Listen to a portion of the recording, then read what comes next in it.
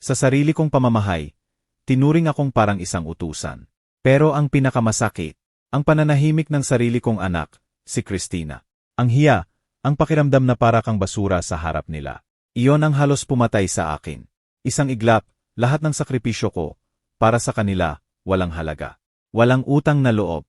Sinikap kong maging ilaw ng tahanan, para sa kanila. Ibinigay ko ang lahat, ang ipon ko ng buong buhay. ₱1,000,000, para lang maitayo nila ang pangarap nilang bahay. Pero sa mata nila, isa lang akong anino. Isang matandang dapat manahimik sa isang tabi. Hanggang sa isang araw, napagdesisyunan nilang wala na akong silbi. Umalis ako na dala lang ang aking bag. Pero ang hindi nila alam, may hawak akong isang lihim. Isang lihim na yaman. Hindi ito ginto, kundi mga papel. Mga dokumentong magpapatunay na ang lahat ng inaangkin nila ay may pangalan ko. Ang lolang tinaboy nila, siya pala ang may hawak ng alas. Gusto nilang mawala ako, maging pipi. Pero ngayon, hindi lang bahay ang babawiin ko. Ibabalik ko ang aking dangal. At bibigyan ko sila ng isang leksyon na hinding-hindi nila malilimutan. Kung naranasan mo na ang pakiramdam na maging dayuhan sa sarili mong tahanan, pakilik at share naman itong video. At mag-comment sa ibaba. Saan po kayo nanonood? Gusto kong marinig ang kwento ninyo. Samahan ninyo ako sa laban na ito. Gabi na noon, at payapa ang lahat. Ang tanging liwanag sa sala ay nagmumula sa telebisyon. Nakaupo ako sa paborito kong silya, isang lumang ngunit komportableng upuan na saksi sa maraming taon ng aking buhay. Pinapanood ko ang teleserye na sinusubaybayan ko gabi-gabi. Ito na lang ang munting kaligayahan ko. Ang sandaling pahinga matapos ang isang buong araw ng pag-aasikaso sa bahay. Sa edad kong 66, ito na ang aking mundo. Ang maliit na espasyo sa harap ng TV, kung saan pansamantala kong nalilimutan ang bigat sa aking dibdib. Ang bawat eksena, ang bawat linya ng mga artista, nagiging kanlungan ko. Habang abala ko sa panonood, naramdaman ko ang pagpasok niya. Si Marco, ang aking manugang. Hindi siya nagsalita. Hindi rin siya tumingin. Dumaan lang siya sa harap ko na parang hangin, na parang ako. At ang silyang kinaupuan ko, ay hindi man lang umukupa ng espasyo sa mundong ito. Naramdaman ko agad ang pagbabago sa hangin. Ang kapayapaan, biglang napalitan ng tensyon. Huminto siya sa tapat ng telebisyon. Isang matinis na click mula sa remote control ang bumasag sa katahimikan. Parang isang pinto na isinara ng malakas, iyon ang tunog. Biglang nagdilim ang screen. Nawala ang mga boses, ang musika, ang kwentong nagbibigay sa akin ng aliw. Bago pa man ako makapag-react, bago ko pa man maintindihan ang nangyayari, dumagundong ang boses ni Marco sa buong sala. Isang utos. Malamig. Matigas. Pumunta ka na sa kwarto mo, ma.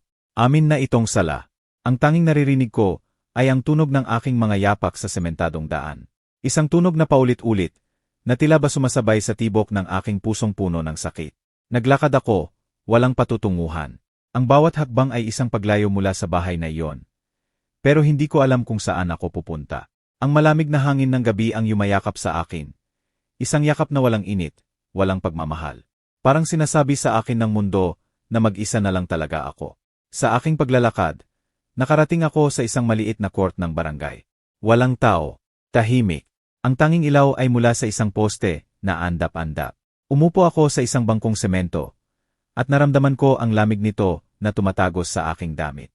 Dito, sa ilalim ng malabong ilaw, nagsimulang magunahan ang mga alaala sa aking isipan.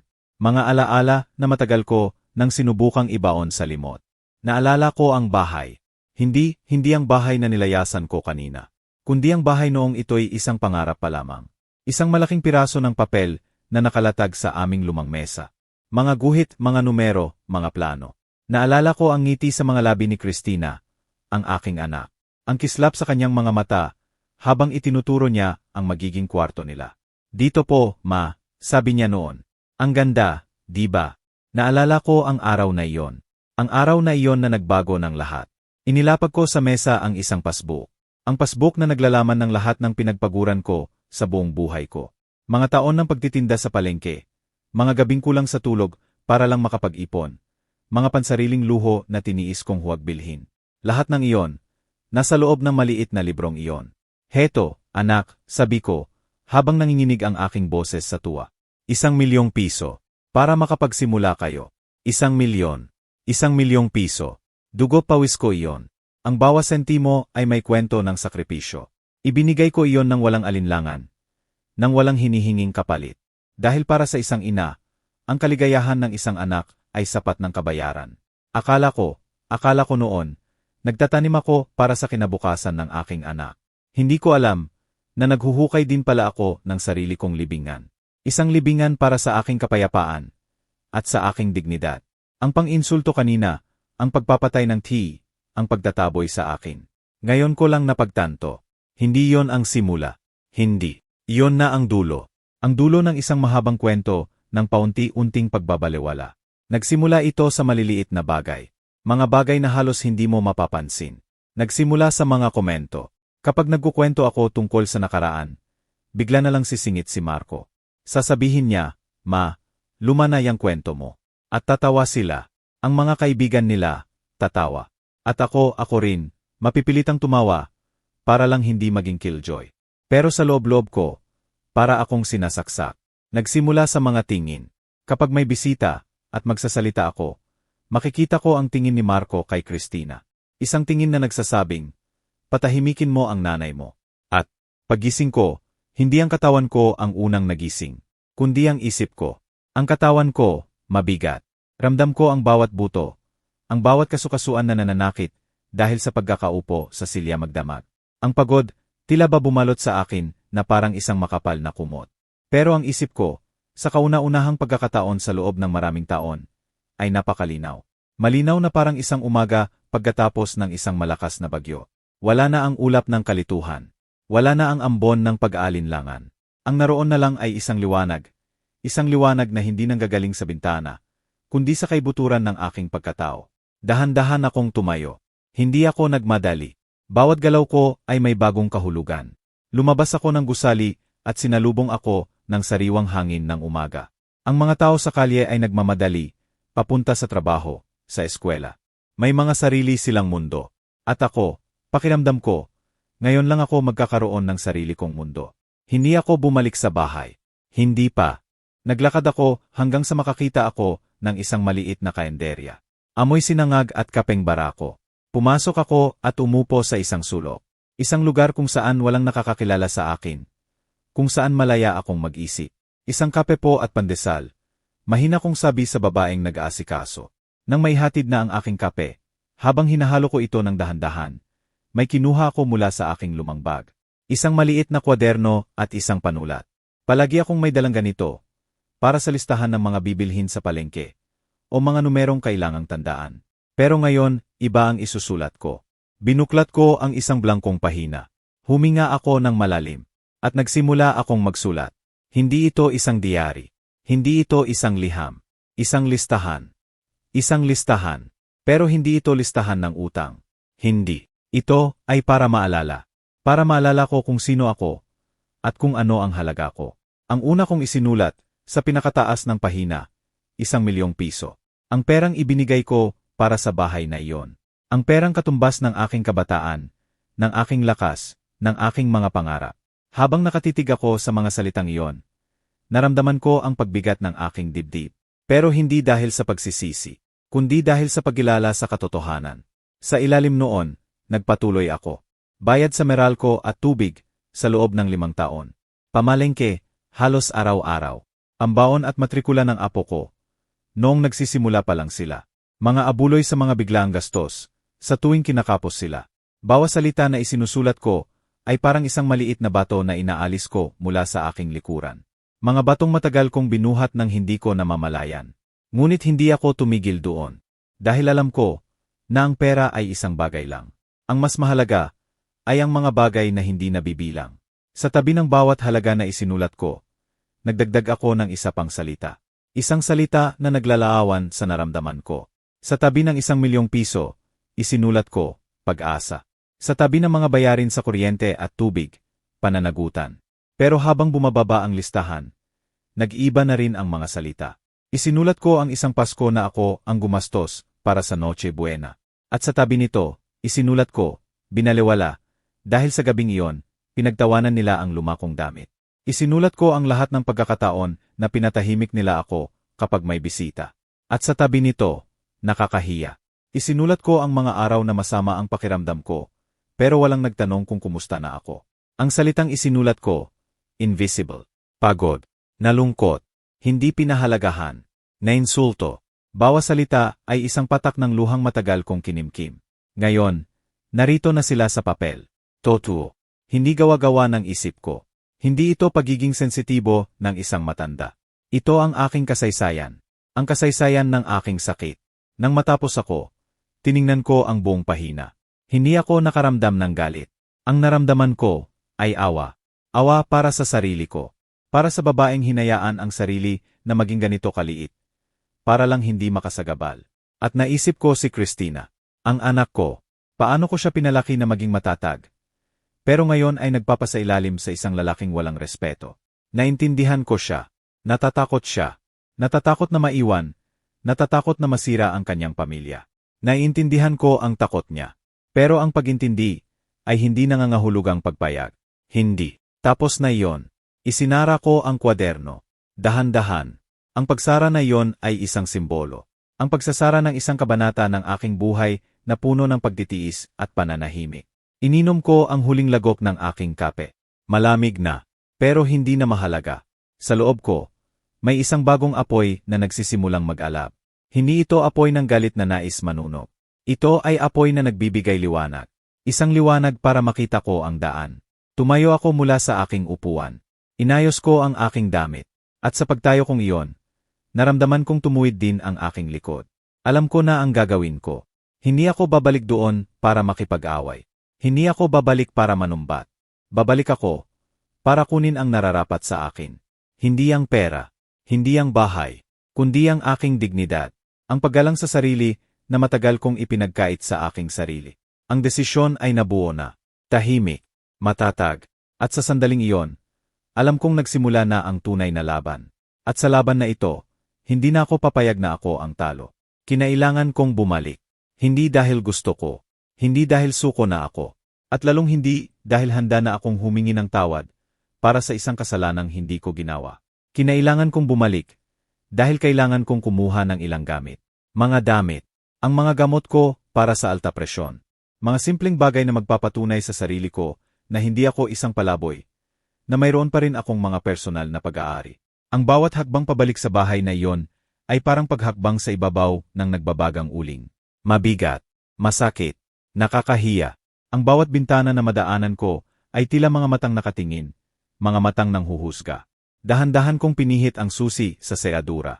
Pumasok ako na parang isang magnanakaw sa sarili kong pamamahay. Ang katahimikan sa loob ng bahay ay kakaiba. Hindi ito ang katahimikang payapa. Ito ang katahimikang puno ng tensyon. Parang hangin bago ang isang malakas na kulog. Nadatnan ko si Christina sa kusina. Nakatayo, nakatulala sa isang baso ng tubig. Nang makita niya ako, nanigas siya. Ang mga mata niya, na dati puno ng sigla, ngayon ay puno ng gulat.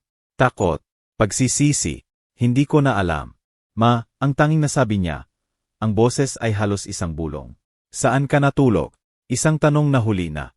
Isang tanong na dapat ay itinanong niya noong gabing umalis ako. Tiningnan ko siya ng diretso. Walang galit, walang panunumbat, tanging isang malamig na pagod.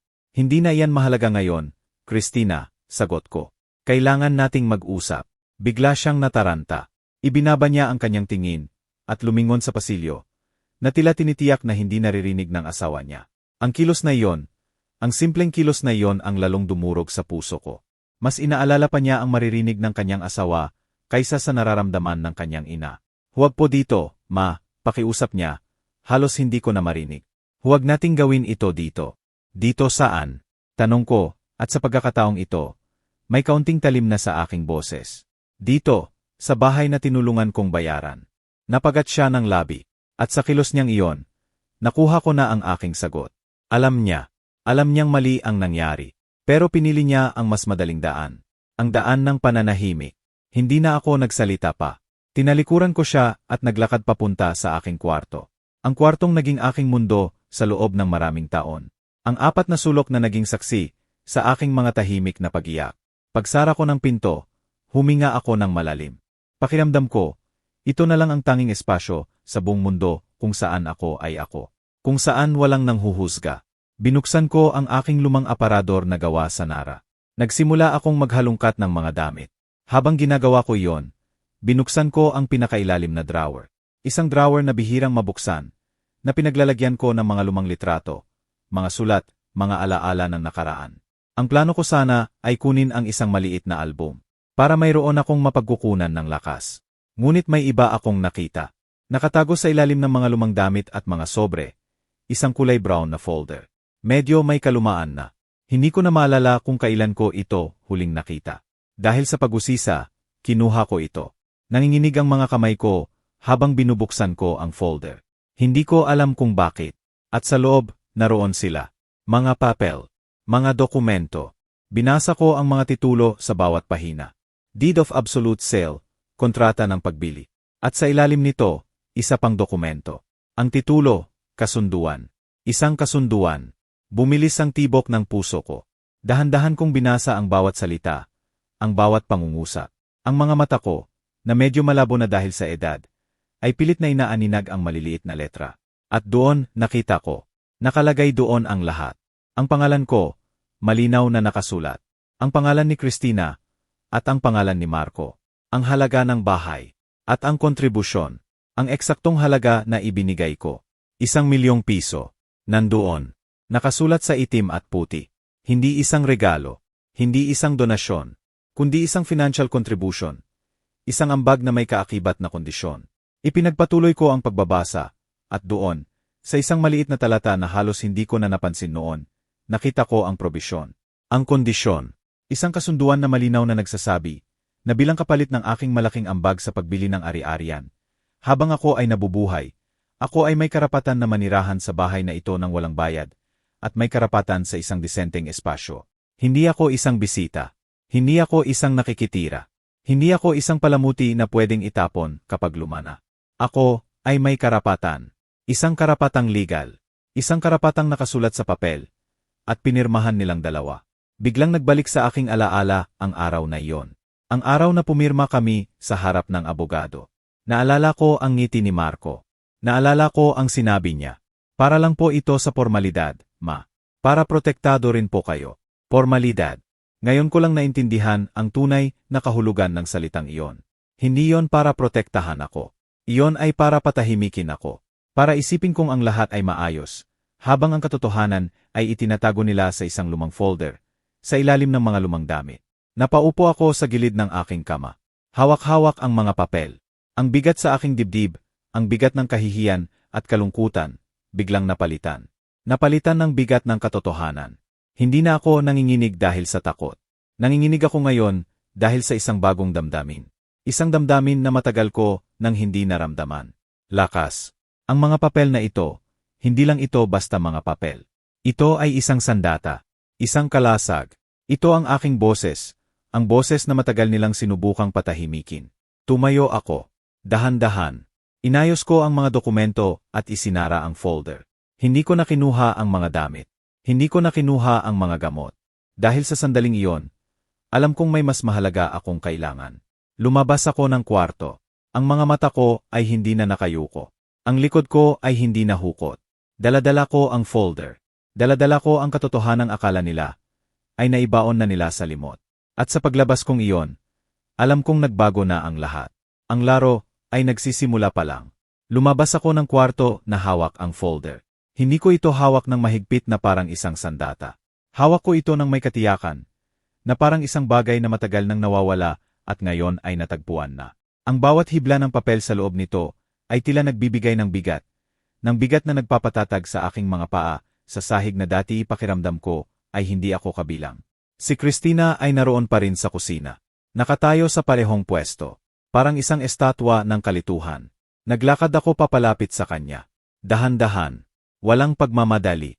Ang tanging tunog ay ang kaluskos ng folder sa aking mga kamay at ang malakas na kabog ng sarili kong dibdib. Huminto ako sa harap niya.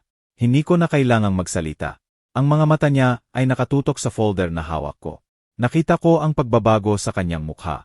Ang kulay ng kanyang pisngi, unti-unting nawawala. Napalitan ng pamumutla. Itinaas ko ang folder. Dahan-dahan. Isang tanong lang ang lumabas sa aking bibig. Isang tanong na naglalaman ng lahat ng sakit at pagtataka.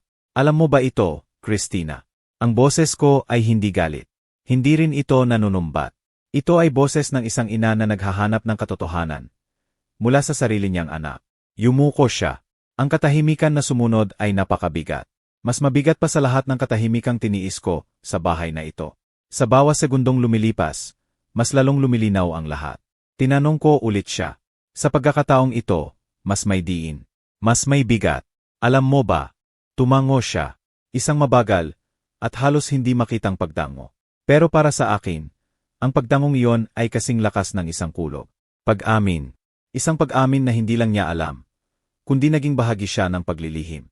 Sabi niya, nagsimula siyang magpaliwanag. Ang boses ay nanginginig at basag. Sabi ni Marco, hindi na raw kailangang banggitin. Baka lang daw, maging komplikado ang lahat.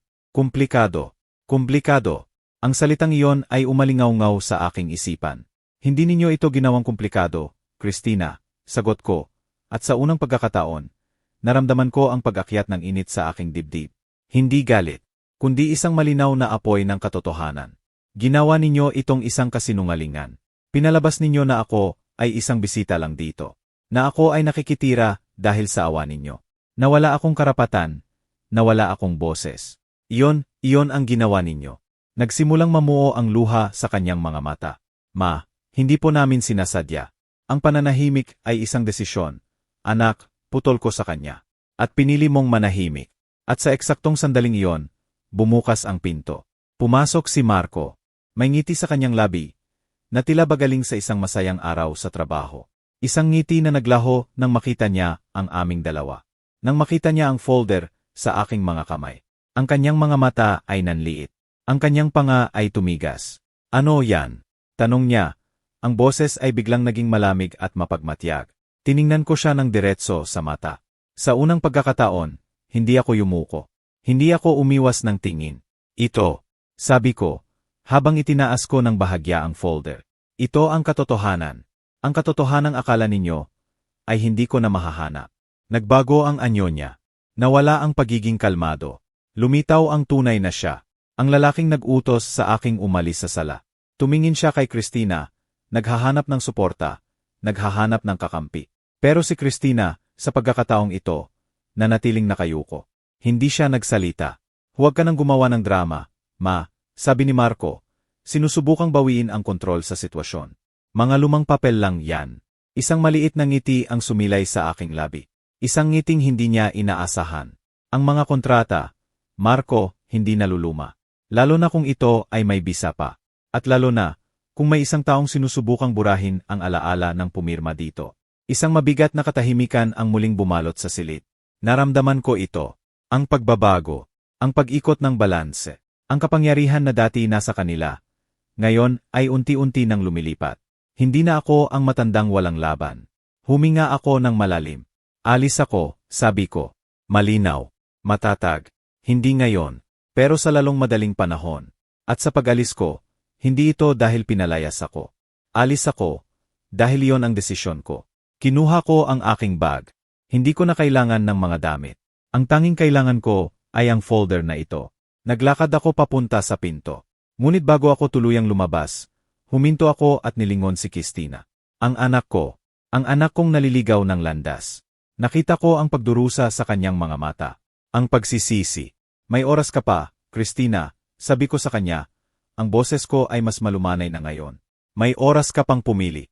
Pero tandaan mo, ang pananahimik ay hindi na isang pagpipilian. At pagkatapos noon, tumalikod na ako. Lumabas ako ng bahay. Sinalubong ako ng sikat ng araw sa hapon. Huminga ako ng malalim. Ang hangin ay tila mas malinis. Ang bigat sa aking dibdib ay nabawasan. Hindi ko pa alam kung ano ang eksaktong gagawin ko. Hindi ko pa alam kung paano o kailan. Pero may isang bagay akong sigurado. Hindi na ako walang armas. Ang kapangyarihan na akala nila ay sa kanila, ay hiram lang pala. At ako ang may-ari. At handa na akong maningil. Sa pangalawang pagkakataong pag-alis ko sa bahay na iyon, iba na ang pakiramdam. Noong una, umalis akong parang isang asong tinaboy. Dala ang kahihiyan at walang patutunguhan. Ang bawat hakbang ay mabigat sa kalungkutan. Pero ngayon, sa pag-alis kong ito, may dala kong isang bagay na mas mahalaga pa sa damit o gamot. Dala ko ang folder. Dala ko ang katotohanan. At ang bawat hakbang ko palayo ay hindi na pagtakas. Ito ay pagsulong. Hindi ako nag-aksaya ng panahon sa pag-iyak o pagmumukmok. Tapos na ako riyan.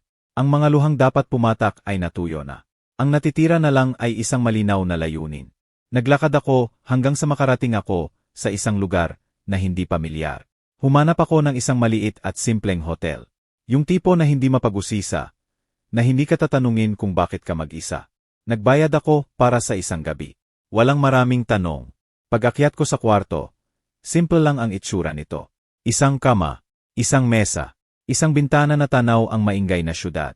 Pero para sa akin, ang kwartong ito ay isang santuwaryo. Isang lugar na neutral. Isang lugar kung saan ako makakapag-isip, kung saan ako makakapagplano. Inilapag ko ang folder sa ibabaw ng mesa.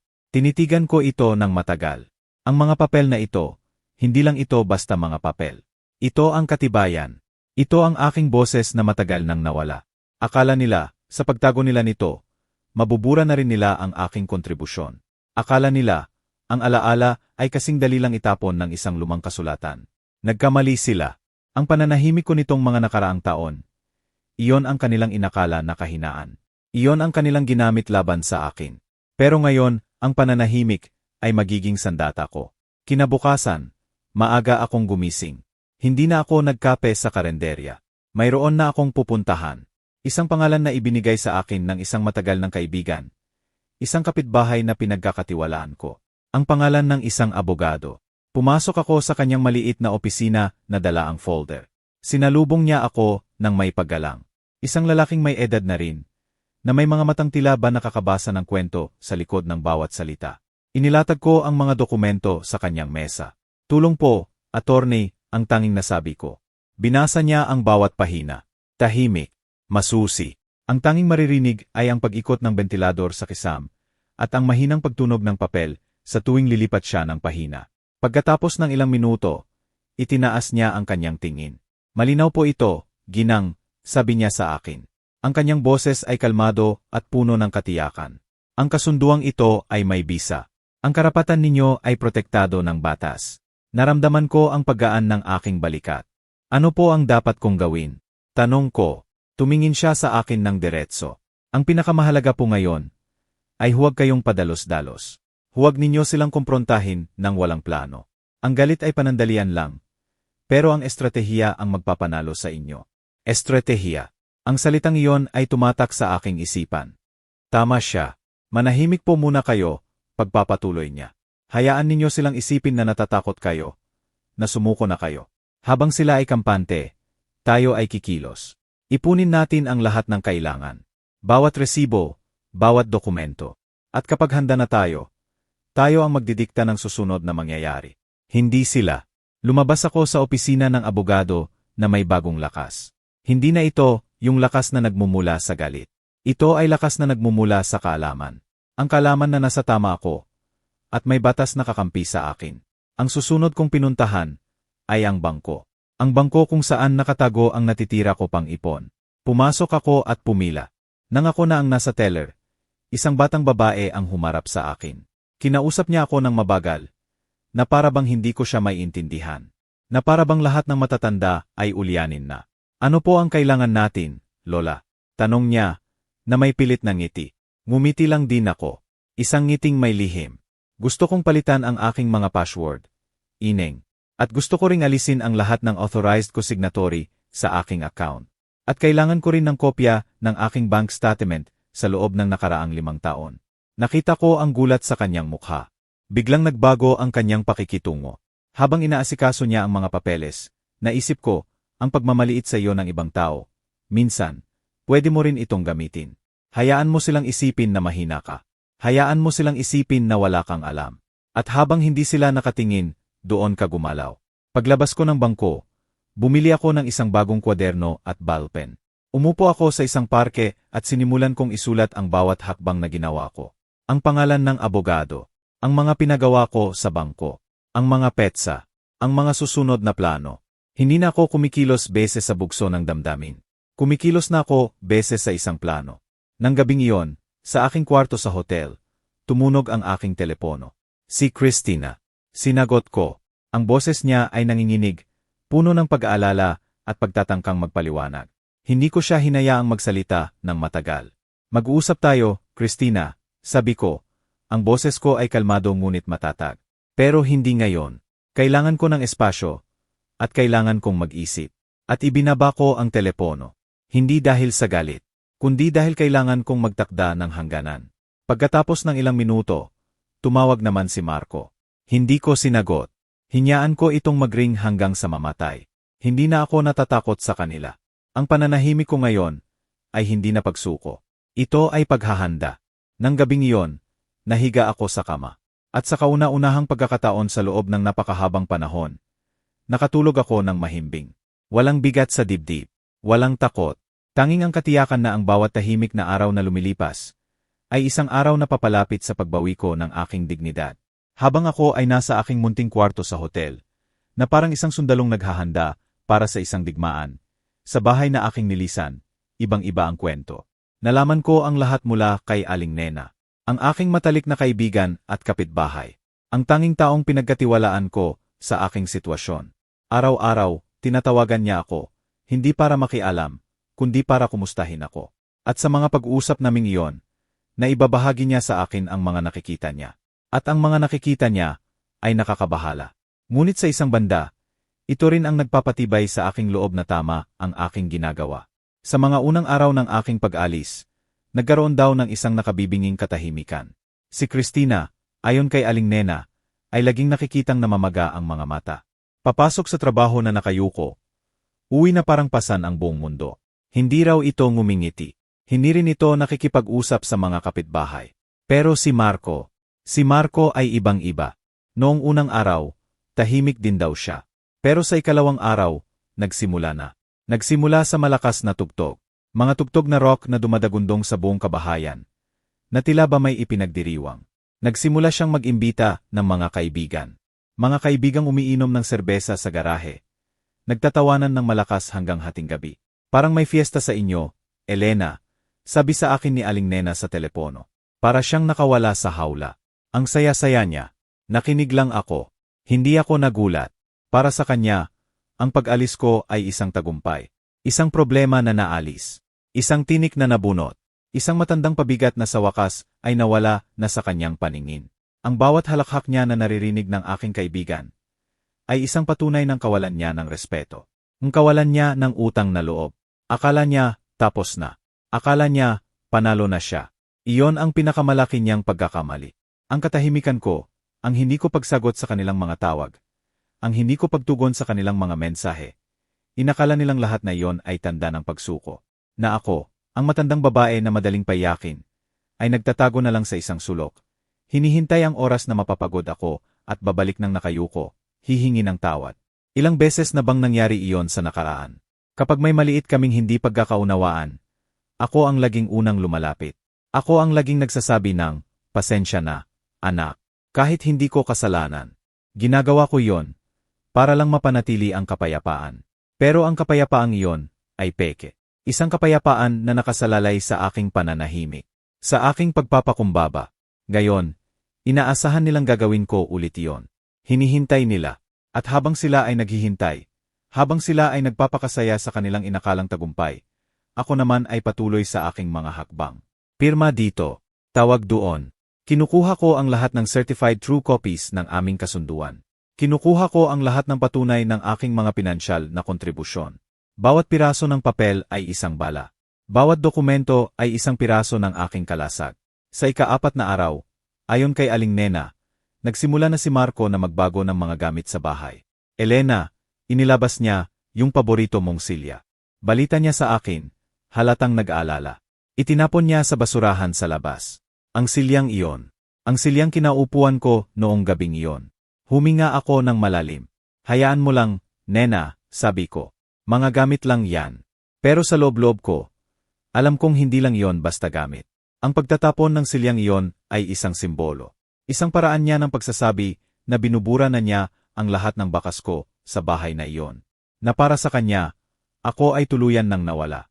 Narinig din daw niya si Marco na nagsabi sa isa niyang kaibigan, habang sila'y nag-iinuman. Sa wakas, solo na namin ang bahay. Walang nang pakialamerang matanda. Pakialamerang matanda. Ako iyon. Ang babaeng nagbigay ng 1 milyong piso para sa bahay na iyon. Ang babaeng nagbayad ng kanilang mga gastusin sa loob ng maraming taon. Ako pala ay isang pakialamera. Sa ikalimang gabi, tumawag si Christina. Hindi ko sinagot. Nag-iwan siya ng isang mahabang voice message. Pinakinggan ko ito. Ang boses niya ay puno ng pagod at pagsisisi. Ma, please, umuwi na kayo. Nag-aalala na ako. Hindi naman po sinasadya ni Marco yung nangyari. Stress lang po siya sa trabaho. Alam niyo naman po siya, mainitin ang ulo. Pero hindi naman po siya masamang tao. Ma, mag-usap po tayo. Ayusin natin to. Ayusin natin to.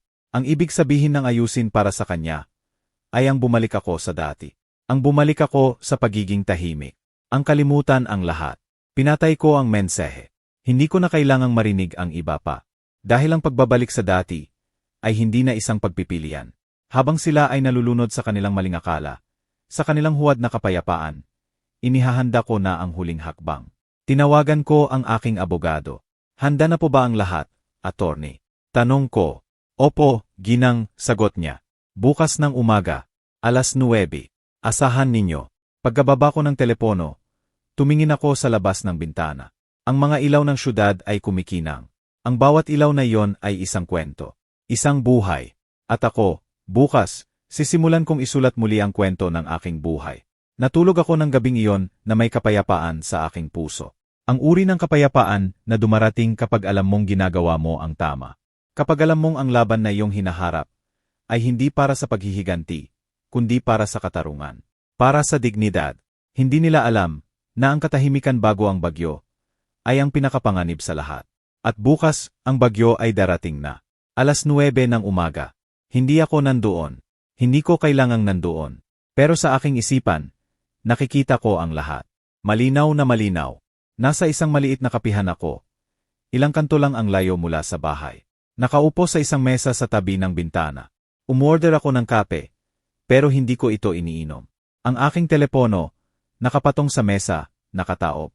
Ayokong makita ang pag-ilaw nito. Ayokong marinig ang pag-vibrate. Gusto kong maranasan ang sandaling ito sa katahimikan. Sa aking imahinasyon, nakikita ko ang bahay. Payapa. Marahil ay katatapos lang nilang mag-agahan. Si Marco, marahil ay nagbabasa ng dyaryo. Ang kanyang mga paa ay nakapatong sa center table, na para bang siya ang hari ng kanyang kaharian. Si Christina, marahil ay nagliligpit sa kusina. Gumagalaw ng walang sigla. Dala-dala pa rin ang bigat ng kanyang konsensya. Isang perpektong umaga. Isang ordinaryong araw. Isang ilusyon ng kapayapaan na malapit ng mabasag. At pagkatapos, nangyari na. Isang tunog. Isang simpleng tunog na magpapabago sa lahat. Ang tunog ng doorbell. Isang beses lang. Hindi nagmamadali. Hindi malakas. Ngunit may bigat. May katiyakan. Ang tunog ng isang taong dumating na may mahalagang pakay. Nakikita ko si Marco na tumatayo. Marahil ay medyo inis pa dahil naistorbo ang kanyang pagpapahinga. Naglalakad siya papunta sa pinto. Marahil ay iniisip na isang delivery man lang iyon o isang kapitbahay na nanghihingi ng asukal. Binuksan niya ang pinto. At ang ngiti sa kanyang labi, unti-unting naglaho. Sa labas ng pinto, may isang lalaki. Nakasuot ng madilim na suit. Plansado. Professional. May dalang isang itim na briefcase. Ang kanyang mukha ay walang emosyon. Kalmado. Ang tipo ng mukha na hindi mo kayang basahin. Ang tipo ng mukha na hindi mo kayang takutin o paikutin. Magandang umaga po, sabi ng lalaki. Ang boses ay magalang ngunit matatag. Hinahanap ko po sina Ginoo at Ginang Marco Reyes. Nakita ko sa aking isipan ang paggalito sa mukha ni Marco. Sino ito? Ano ang kailangan niya? Ako si Marco, sagot niya. Marahil ay may pagtatangkang maging may autoridad. Anong kailangan mo? Hindi sumagot ang lalaki. Sa halip, nag-abot siya ng isang calling card. Mula sa isang law office. Sa puntong iyon, lumabas na si Christina mula sa kusina. Na-curious sa kung sino ang bisita. At nang makita niya ang lalaking nakasuit, ang briefcase, naramdaman niya na agad. May mali. May hindi tama. Sinubukan ni Marco na isara ang pinto. Isang kilos na bunsod ng biglaang kaba. Ngunit ang lalaki ay mahinahon na inilagay ang kanyang paa sa pagitan ng pinto at ng hamba. Isang kilos na hindi marahas, pero hindi mo mapipigilan. Mahalaga po ito, sabi ng lalaki. At ito po ay legal.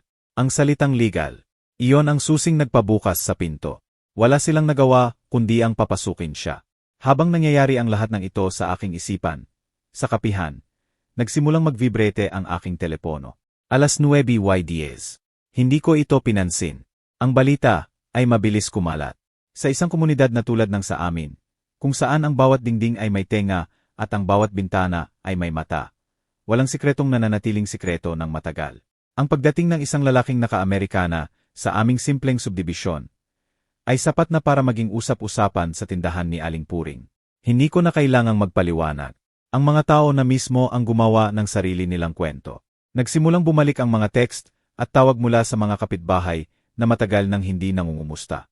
Kumusta ka na, Elena? Narinig ko may problema raw kayo. Kung kailangan mo ng tulong, nandito lang kami. Mga salitang puno ng pag-aalala na may kahalong matinding pag-uusisa. Hindi ko sila sinagot dahil alam kong ang tunay na laban ay hindi sa text o sa telepono. Ito ay sa totoong buhay.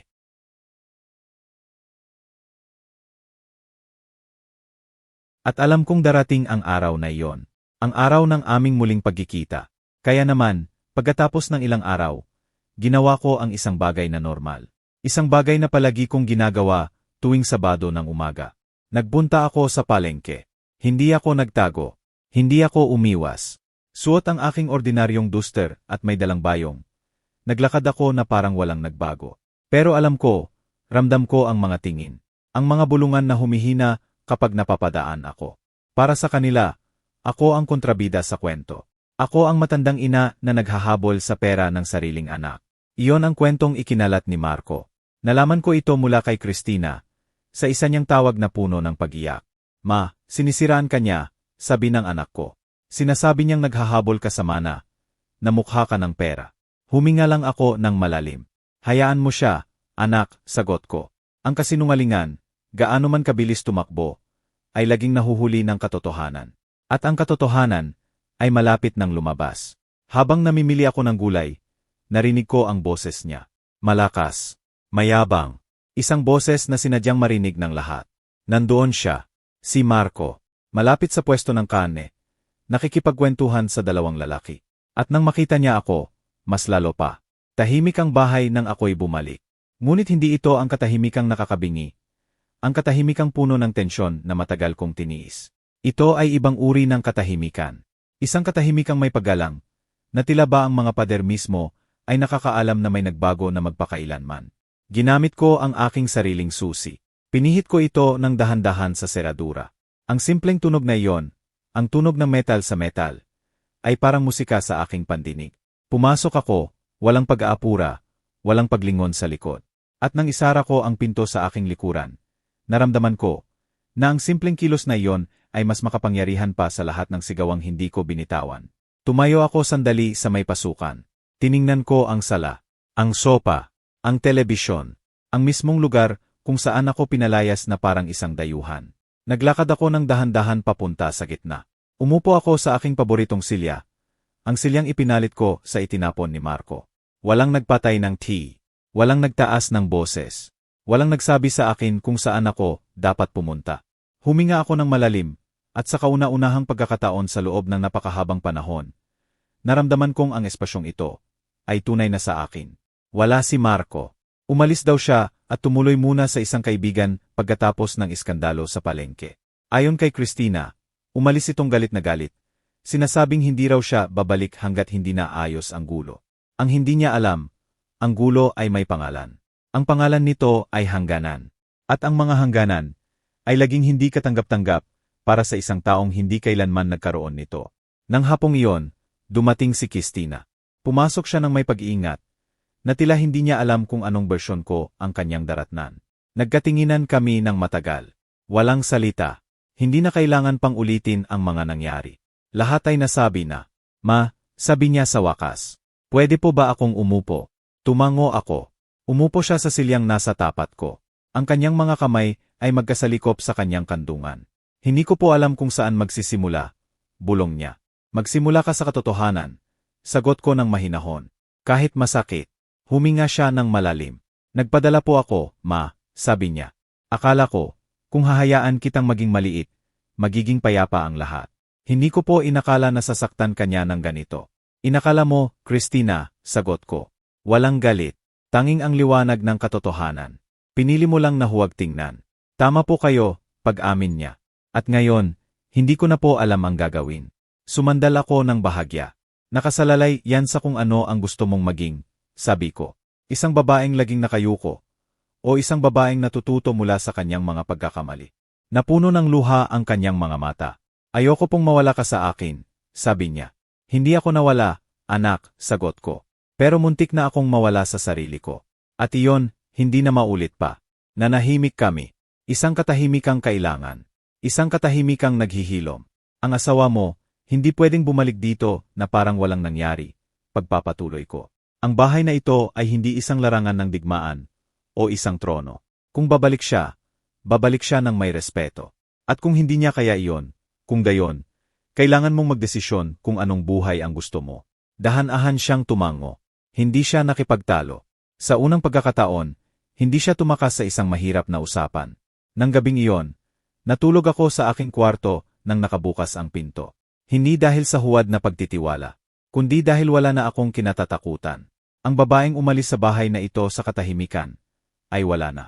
Ang pumalit sa kanya ay isang taong alam na alam kung sino siya at kung ano ang nararapat sa kanya. Makalipas ang isang linggo, dumating si Marco. Hindi siya pumasok. Kumatok siya sa pinto.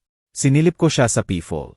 Nakita ko ang pagod sa kanyang mukha, ang tensyon, ang pagkawala ng kayabangang matagal nang nakasugat sa akin. Binuksan ko ang pinto. Sapat lang para marinig niya ako. Kailangan nating mag-usap, sabi niya. Hindi ako sumagot. Sa halip, sinabi ko, ikaw. Ikaw ang kailangang makinig. Kumunot ang kanyang noo. Itong bahay. Pinutol ko ang sasabihin niya. Ang bahay na ito ay hindi sa iyo para utusan ng mga tao. At alam mo yan. Nagtiim ang kanyang bagang. Ipinahiya mo ako sa lahat. Hindi, sagot ko. Hinubad mo lang ang iyong maskara sa harap ng lahat. Sinubukan niyang magsalita pa. Ngunit itinaas ko ang aking kamay. Isang simpleng kilos na nagpatigil sa kanya. Huwag mo na akong sasagutin ng ganyan. Huwag mo nang itataas ang boses mo sa akin. At huwag mo na akong tratuhin na parang mas mababa ako sa iyo. Kung hindi mo kayang tuparin ang mga yan, huwag kang papasok. Lumitaw si Christina sa aking likuran. Hindi siya yumuko. Hindi siya nagtago. Tama si Mama, sabi niya. Matatag. Malinaw. Sa pagkakataong ito, tama siya. Tiningnan siya ni Marco na parang hindi niya ito nakikilala. Pati ba ikaw, kalaban ko na rin? Hindi, sagot ni Christina. Panig ako sa respeto. Isang mahabang katahimikan. Huminga siya ng malalim. Kailangan ko ng panahon, bulong niya. Lahat tayo kailangan natin ng panahon, sabi ko. Pero ang panahon ay hindi bumubura sa mga nasabi na at sa mga nagawa na. Nagsisilbi lang ito kung gagamitin para magbago. Umalis siya nang walang dagdag na salita. Isinara ko ang pinto ng marahan. Wala akong naramdamang tagumpay. Ang naramdaman ko ay pagtatapos. Nang gabing iyon, habang nakaupo ako sa sala, naisip ko ang babaeng ako sa loob ng maraming taon. Ang babaeng nanahimik para hindi makagulo. Ang babaeng humihingi ng tawad para lang mabuhay. Ang babaeng ipinagkamali ang sakripisyo sa pagmamahal. Nakaramdam ako ng awa para sa kanya, hindi kahihiyan. Ginawa niya ang lahat ng kanyang makakaya. Pero ngayon, mas marami na akong alam. Isang gabi, habang nanonood ako ng aking paboritong palabas, napangiti ako. Naalala ko ang araw na pinatay nila ang T at pinalayas ako. Napakaliit na bagay pala noon, pero napakalaki ng naging bunga. Minsan, ang kahihiyan na akala mo'y katapusan mo na, ay siya palang tulak na kailangan mo para magising. Tumingin ako sa refleksyon ko sa madilim na screen. Nakita ko ang isang babae, 66 na taong gulang. May mga kulubot, may puting buhok, at isang tuwid na likod. Naintindihan ko na ang pinakamalakas na paghihiganti ay hindi sigaw, hindi pagtataboy. Minsan, ang pinakamalakas na paghihiganti ay ang pagtigil sa pagpayag, ang pagbawi sa iyong lugar, ang mabuhay ng may dangal, habang ang taong ng api sa iyo ay humaharap sa sarili niyang refleksyon. At sa kauna-unahang pagkakataon, pagkatapos ng napakaraming taon, natulog ako ng walang takot, walang bigas sa dibdib, at walang pakiramdam na ako ay isang sagabal. Dahil natutunan ko na ang respeto ay hindi hinihingi. Ito ay pinaninindigan. Ngayon, kapag ang katahimikan ay bumabalot sa bahay sa pagtatapos ng araw, hindi na bigat ang aking nararamdaman, kundi kapayapaan. Sa edad kong 66, natutunan ko ang isang aral na hindi na ituro sa akin noong bata pa ako.